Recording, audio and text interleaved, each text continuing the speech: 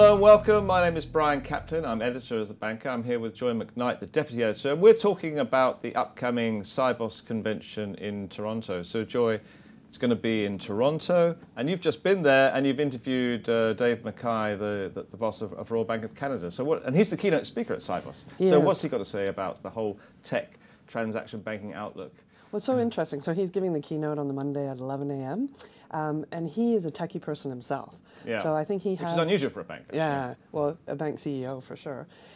So he has a particular sort of outlook.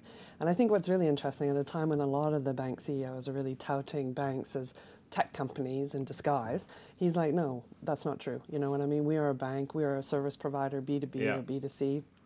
You know, so in a way, it's very much cutting through the whole sort of tech hype and saying, look, you know, what is realistic for banks in this new techie kind of world? Yeah, exactly. So, you know, because where do banks make their money? They don't make it by selling tech. What they do is by providing services. So he's very clear on that.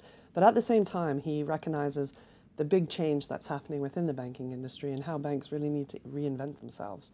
So I think he will be a very interesting keynote speaker. Okay, and you also looked at Canada as a fintech hub. I mean, we're used to hearing almost everywhere being a fintech hub these days, but what has Canada got to offer that the others don't have? Yeah, well, it's really trying to build out its capacity, and I think it's happening in three ways in terms of it has three support networks, which is, you know, the banks themselves, but also the academic and institutions, and then also the government. So the three are coming together to really trying to push Canada up the fintech hub list as such. And there's some very interesting developments that have been going on for a while, but are really now sort of rising up, which is one is the Mars Discovery District in Toronto, which has maybe over 200 companies, fintechs involved, startups.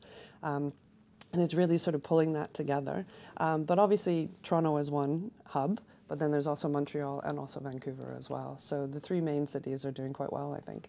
Tech's always a big theme at Sibos, isn't it? And one of the big angles on tech at the moment is the artificial intelligence and what it can do for banks. And you've been writing about it in context of what it can do in terms of fighting fraud. So tell us a little bit about that. Well, it's so interesting because obviously AI has been used in fighting fraud for a very long time.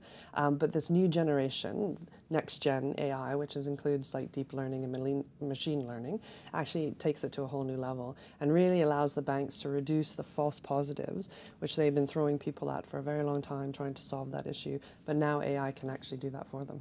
Okay. So what else have we got in the Sibos issue that's going to the Toronto summit?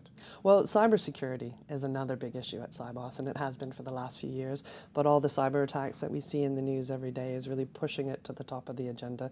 And SWIFT is doing a lot of work around that. So I think that's going to be another hot topic.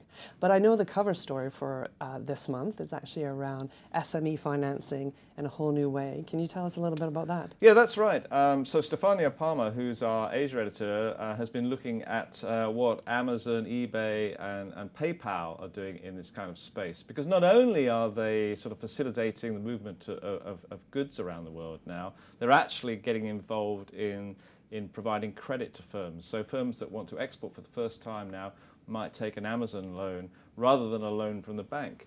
And we've looked at, you know, what impact does this have on the banking market?